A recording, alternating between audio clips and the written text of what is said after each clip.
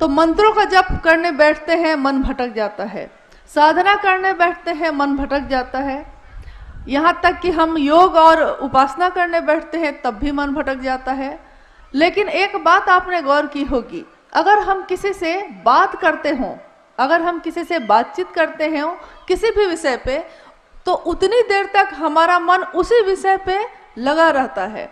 चाहे वो व्यापार हो, चाहे वो पैसा हो, चाहे वो खेती हो, चाहे वो घर की कोई समस्या हो, अगर किसी एक विषय पे हमने बातचीत शुरू कर दी है, यहाँ तक कि आपने देखा होगा कि अगर राजनीति पे बात शुरू हो गई तो धीरे धीरे आसपास के सारे लोग उसमें शामिल हो जाते हैं।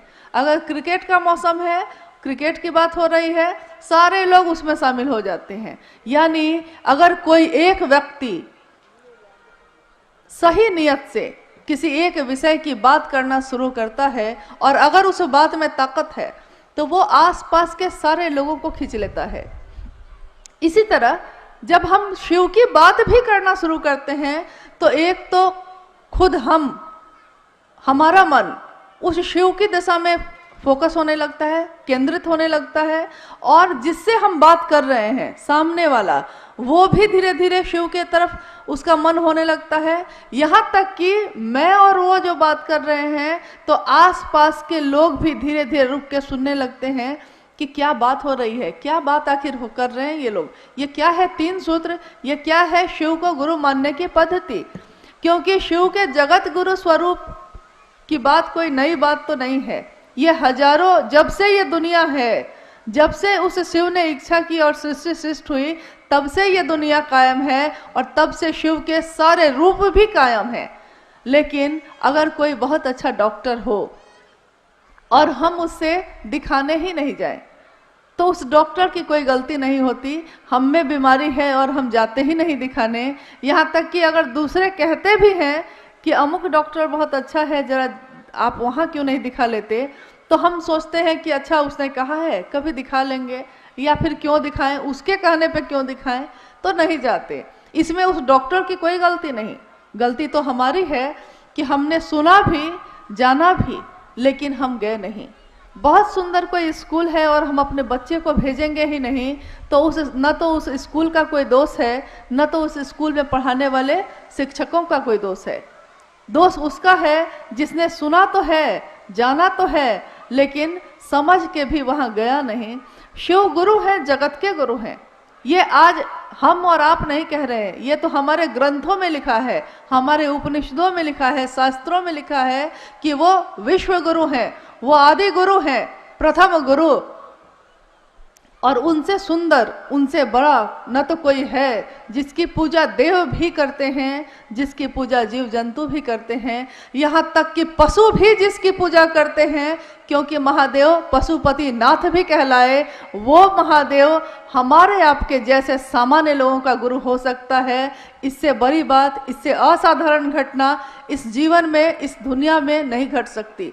क्योंकि आज तक हम लोगों ने तो यही सुना था, जाना था और समझा भी यही था कि वो शिव ईश्वर है, बहुत दूर है उसकी सत्ता, बहुत ऊपर है वो, और हम कहाँ बहुत साधारण लोग, हमारे पास है क्या, न हमसे मंत्र जप होता है, न हमारा मन केंद्रित होता है, न हमें संस्कृत आती है, न तो हमें बहुत सुंदर कोई बात आती है, तो वो शिव मेरा नजदीकी कैसे हो सकता है।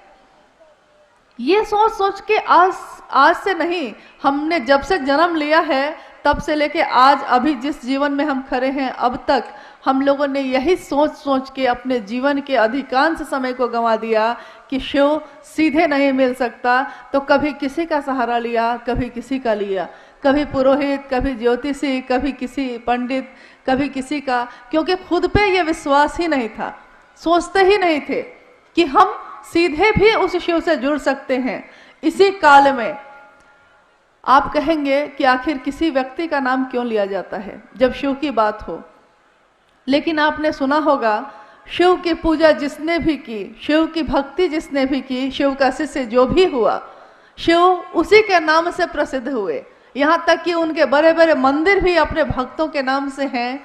शिव अपने शिष्यों से जाने जाते हैं, शिव अपने भक्तों से जाने जाते हैं।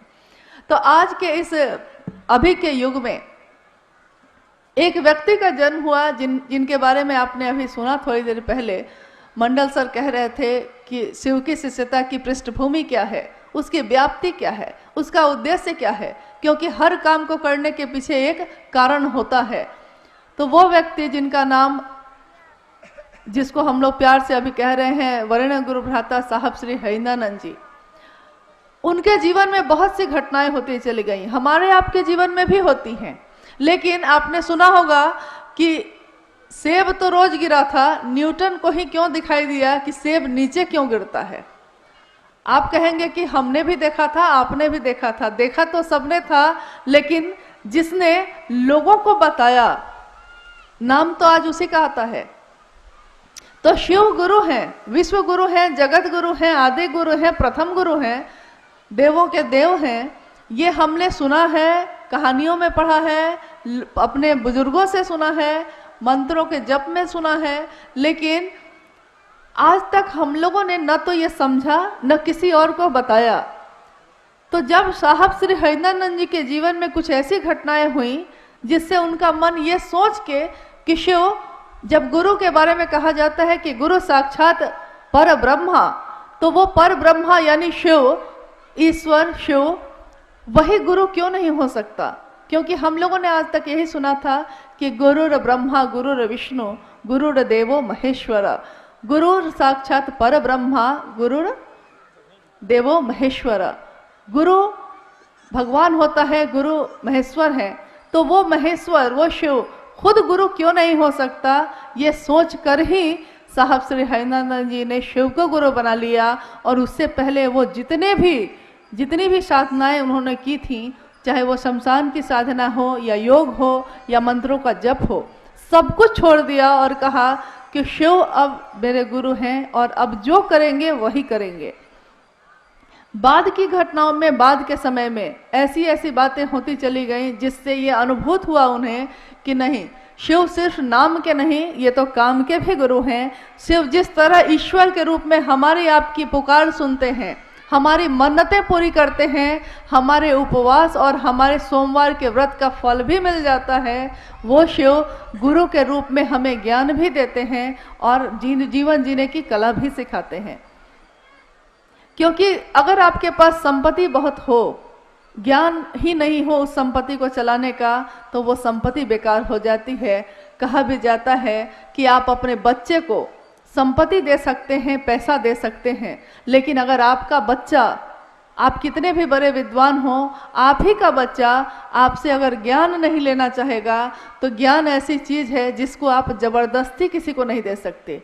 चीजें दे सकते हैं, संपत्ति दे सकते हैं और अपना सब कुछ दे सकते हैं, लेकिन ज्ञान नहीं दे सकते। इसीलिए हमारे पूर्वजों में हमेशा यह कहा जाता था, या अभी भी कहा जाता है कि गुरुमुख हुए कि नहीं आप, यानी गुरु के तरफ आपका मन हुआ कि नहीं।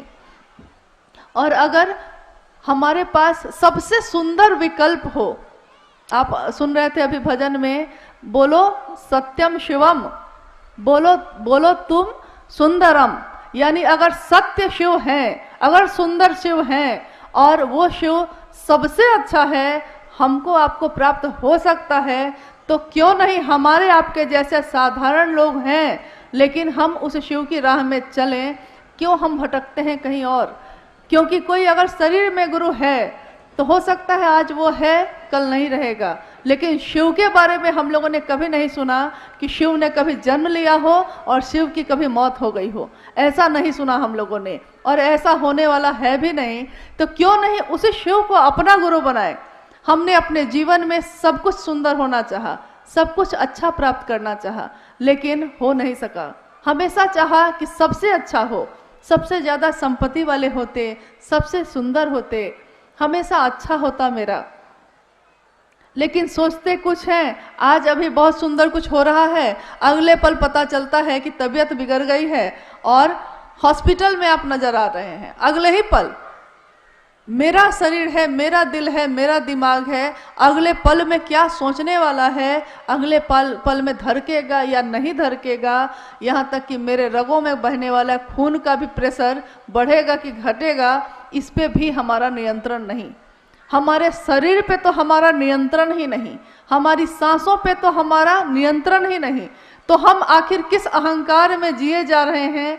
जब सब कुछ उस शिव की दया से प्राप्त है तो क्यों नहीं उस शिव का नाम ले।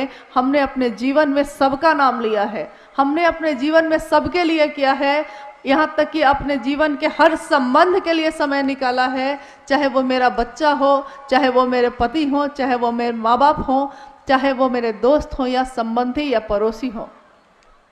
यहाँ तक कि अनजान लोग भी अगर मुसीबत में पड़े होते हैं तो हम उनके लिए भी समय निकाल लेते हैं। लेकिन दुर्भाग्य कैसा है कि शिव की जगत में ही हम शिव के नाम का प्रचार करने की मुहिम में जुटे हैं। इससे बड़ा दुर्भाग्य हमारे आपके लिए नहीं हो सकता कि शिव गुरु हैं, ज्ञान देते हैं, ये बताना पड़ता है, ये समझाना पड़ता है। लेकिन चलिए, ये भी सौभाग्य हमारा है कि हमें ये सौभाग्य इस जीवन में मिला कि हम उस शिव के लिए कुछ तो कर सकेंगे, जिसने सब कुछ दिया है उसके लिए हम अगर थोड़ा भी कर सकें। अगर मेरे इस बोलने से, मेरे इस जीवन में कुछ भी ऐसा करने से कुछ लोग अगर शिव की दिशा में चलने लगते हैं तो इससे बड़ा सौभाग्य एक शिव के शिष्य के लिए कुछ भी नहीं हो सकता। शिव का शिष्य अपने गुरु के लिए कुछ नहीं दे सकता, क्योंकि वो शिव शरीर में दिखाई नहीं देता। न तो उसको आपके किसी भी वस्तु की चाह है, न तो उसको आपके रुपए पैसे की चाह है, न तो प्रसाद का भोग ही खाता है वो तो निहंगी शमशानी मदमस्त शिव है। हमारे गुरु हैं वो, और गुरु जैसा होता है शिष्य भी वैसा ही होता है। आपने देखा होगा कि हमारे जीवन में कुछ ऐसी घटनाएं होती हैं कि किसी ने कुछ कह दिया है, हम उस बात को भूल नहीं पाते, हमारा मन उसी बात पे टिका रहता है कि उसने ऐसा क्यों कहा। दुखी हैं हम, मन ही मन दुखी हैं, जबकि दुख का कोई कारण नहीं है। जिसके लिए सोचना था उसके लिए नहीं सोचा, जिसके लिए नहीं सोचना था उसी पे सोचे चले जा रहे हैं। तो जब भी आपका मन बेचैन हो, जब भी आपका मन अशांत हो, यह 3 सूत्र आपके बड़े काम आएंगे। और ये हम नहीं कहते, हम लोग ये कहने नहीं आए हैं कि नहीं आप करिए ही, ये तो एक जांच का विषय है। आप परीक्षा कर सकते हैं, आप करके देख सकते हैं। अगर आपको लगे कि नहीं इसका कोई परिणाम नहीं है तो आप स्वतंत्र हैं नहीं करने को। लेकिन अगर आपको लगता है कि शिव का नाम लेने का परिणाम है तो उस शिव को भूलिएगा मत। इस शिव के कार्य में हमारी आपकी सहभागिता यही रहेगी कि हमने क्या किया है। पूरी दुनिया ने सब कुछ किया शिव के लिए, लेकिन मैंने क्या किया, ये मुझको थोड़ा विचार करना होगा, थोड़ा रुकना होगा। हर व्यक्ति शिव का नाम ले रहा है, शिव से प्राप्त कर रहा है, लेकिन उस शिव के प्रति कृतज्ञता ही नहीं है, कोई एहसान ही याद नहीं है। तो हम कैसे शिव की संतान, या हम कैसे शिव के शिष्य, या कैसे हम भक्त। यानी आइए आज हम लोग थोड़ी देर में उन साहब श्री हरिनानंद जी की बात सुनेंगे, जिन्होंने अपने जीवन में वो ज्वाइंट सेक्रेटरी कैबिनेट बिहार सरकार से अवकाश प्राप्त एक प्रशासनिक पदाधिकारी रहे। उनके परिवार के में भी शिक्षा का ही माहौल रहा। उस माहौल में एक ऐसी संतान बन के वो निकले जिन्होंने अपने जीवन, लौकिक जीवन में तो अपना जो चरम था उसको देखा ही, पारलौकिक जीवन में भी लोगों का एक जो आवेश पैदा करना होता है, एक जो संदेश देना होता है। क्योंकि हमको भी कुछ मिलता है, लेकिन हम में से कितने लोग ऐसे हैं जो कुछ बढ़िया मिला हो तो चाहते हो कि दूसरे को भी थोड़ा बांट दें। इस जगत में, इस दुनिया में हर व्यक्ति इसी चाह में चलता है कि कौन मुझको जान ले, कौन कहाँ मेरी स्थापना हो जाए, मैं ही गुरु क्यों नहीं बन जाऊं, क्यों नहीं ये सारे लोग मेरे ही शिष्य बन जाएं।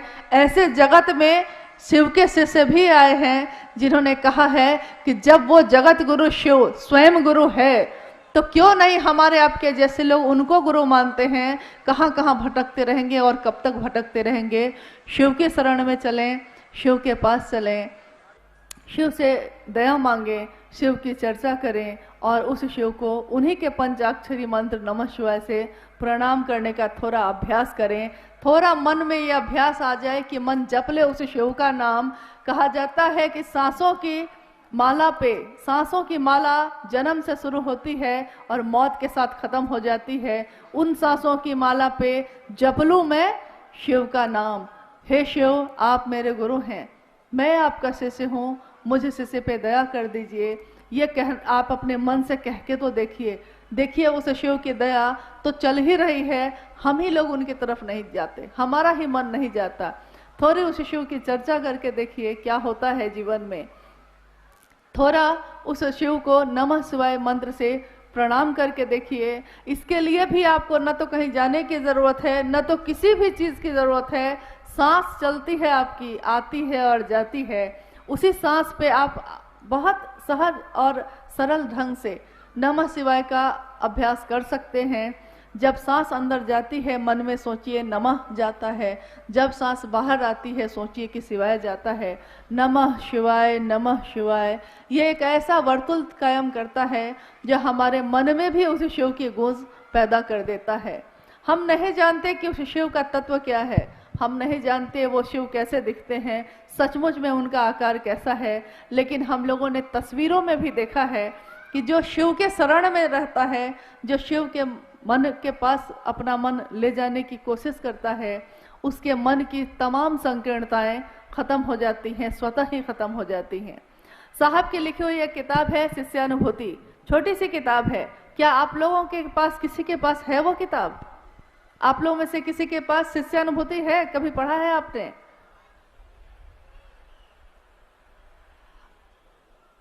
नहीं है क्या? नहीं मिली, किसी को नहीं मिली। उसमें शिष्यानुभूति का अर्थ ही होता है एक शिष्य की अनुभूति। और आपको सुन के अच्छा ही लगेगा कि उसका मूल्य यही है, मूल्य के आगे लिखा हुआ है आपका शिव का शिष्य होना। आप शिव के शिष्य हो जाएं, यही उस किताब का मूल्य है। एक शिष्य की अनुभूति के बदले में हम और इससे ज्यादा कुछ नहीं दे सकते। तो उसमें लिखा है साहब ने कि शिव भाव के शिखर की तलहटी में ही समस्त संकीर्णताएं तिरोहित हो जाती हैं।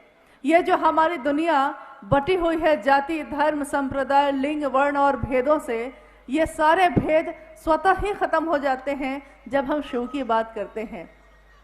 आपने देखा होगा सावन के समय में हम लोग सोचते हैं कि शिव के लिए जल लेके चले, सारे लोग एक साथ चलते हैं नमः शिवाय बोल बम बोलते हुए, और एक साथ शिव के भजन, शिव के गीत गाते हुए चलते हैं। हम भूल जाते हैं कि हम किस जाति के हैं, हम भूल जाते हैं कि हम किस संप्रदाय, कहाँ के हैं, कैसे हैं, क्या रंग रूप है हमारा, अमीर है या गरीब है। थोड़े दिनों की यात्रा में अगर शिव की गूंज होती है, शिव का नाम लेते हैं, तो हमारे मन की ये सारी संकीर्णताएं खत्म हो जाती हैं। सोचिए अगर पूरे जीवन में ये गूंज हो जाए, पूरे जीवन के पल प्रतिपल और हर सांसों में उस शिव को नमन हो जाए, तो क्या नहीं हो सकता। एक शिव के शिष्य के लिए कुछ भी असंभव नहीं है। मानव ही ऐसा है जो जीव से शिव हो सकता है, जिसमें एक संभावना है। ठीक वैसे ही जैसे एक बीए में एक संभावना होती है पेड़ बन जाने की, संभावना है वो, लेकिन अगर आप उसको रोपिएगा नहीं, उसको धरती में गाड़िएगा नहीं, उसकी सेवा नहीं करिएगा, तो उसमें से, उस बीए में से, उस बीज में से पौधा नहीं निकल सकता, फूल पल्लवित और पुष्पित नहीं हो सकता।